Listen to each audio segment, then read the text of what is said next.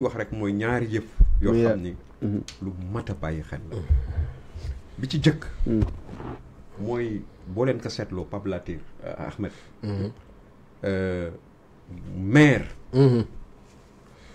pour nit mër ko doon bu jëkk day am assise sociale dans son espace bi muy évoluer day doon nit koo xam ni non seulement ci wàllu âge il est d'âge mûr mais ñamu dëkkal ba di laaj seen baat pour jiite leen xam nañ ko te xam ci moom ay qualité yu tax su ne dafa bëgg nekk seen maire ñu sawar ci mu nekk seen maire ab maire ñamu jiite dañ koo war a rus d'abord dañoo war a am kersaam wek ko dañu war a wegeel ci moom naw xam-xamam naw xam-xamam naw taxawaayam ci jamono am na nag ay maire yoo xam ni xaleel lañu mais xaleel lañu ci âge jël dama lay jox exemple Alioune Tall le maire de Mermoz Sacré-Cœur Alioune Tall depuis 96 il est conseiller municipal depuis 1996 yàgg na musul arrêté digg amul benn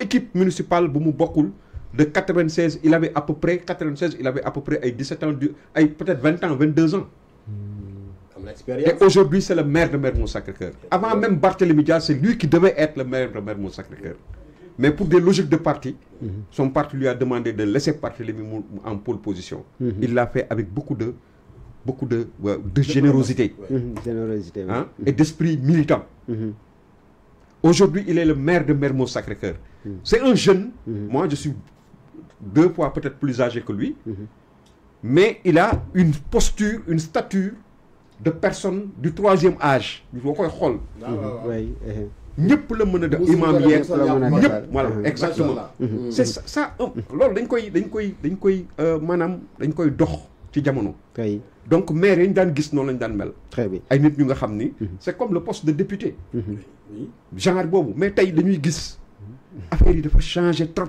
ay logique gu parti rek la ñuy topp leneen li ma bëgg daanee la ci loolu mooy que ni nag vraiment Latir il est temps que les gens pensent à une alternative comme le dit très souvent le commissaire Keïta il n'est plus question d'une alternance simplement il est question d'une alternative par rapport à des questions ponctuelles qui secouent la société sénégalaise depuis Mathusalem comme ni nga ko waxee la question de l'emploi des jeunes toutes les solutions jusqu'à présent qui ont été présentées ne sont pas des solutions pérennes am na lu des il faut que les politiques pensent à trouver une alternative par rapport à ça il faut arrêter de colmater et remplacer le personnel politique ñeneen ñëw toog les mêmes causes vont produire les mêmes effets il faut que ça cesse nit ñi dañu war a génn ci tayal gu metti gi ñu nekk en tant que politique duñu réfléchir ci il y a des questions qui méritent réflexion qui méritent que les gens def ay lël dès maintenant parce que gis nga nguur gi la koy remplacer doo xamuloo sax nu muy demee su fekkee ni c'est pour remplacer Massamba par Mademba ce n'est pas la peine non. Par exemple boo jëlee le président Macky Sall joxe na exemple bu mel noonu ci interview bi il dit que ni ba muy dem ba mu nekkee ministre plusieurs fois nekk lu nekk mais il a fallu que mu nekk dans l'opposition dem def déplacement boobu mu def au sein du peuple sénégalais dans les trucs les villages les plus reculés il s'est rendu compte que en fait lui il n'avait pas compris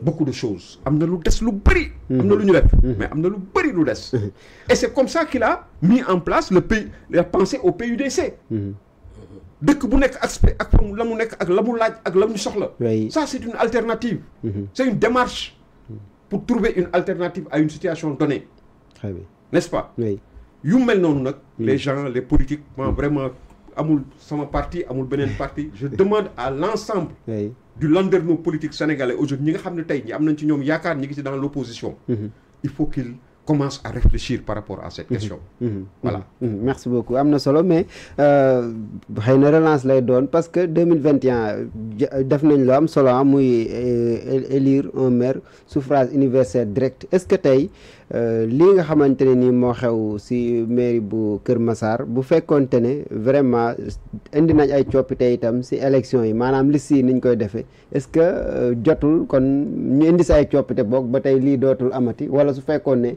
indi nañ si ay coppite yi war est-ce que lii dina am.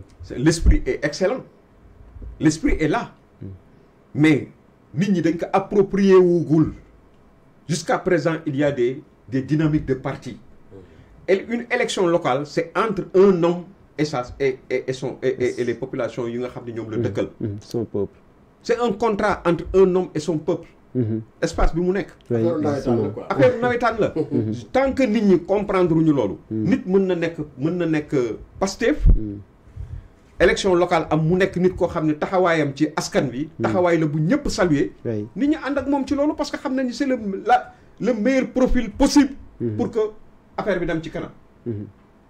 nit mën na nekk APR ay Pastef wër ko ñu seet ni kii kat.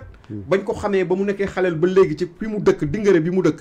taxawaay bi mu fi am. nangam ak nangam ak nangam. kii vraiment buñ ko joxee suñu kàddu. jiital ko suñu kanam. suñu gox bi dana jëm kanam. Très bien.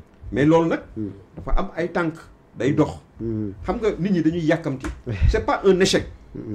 mais ay étape la ay jéego la. ay jéego aujourd'hui l'ancien régime a posé ce truc là qui est extrêmement important. L'élection au suffrage universel. D'ailleurs les politiques sont en train même de dévoyer ça. ñëw di ci jàpp ay nit ku ñu fal ci suffrage universel direct. nga ñëw di ko génne ci place am. déjà loolu ñoom ci seen bopp ils ne jouent pas le jeu.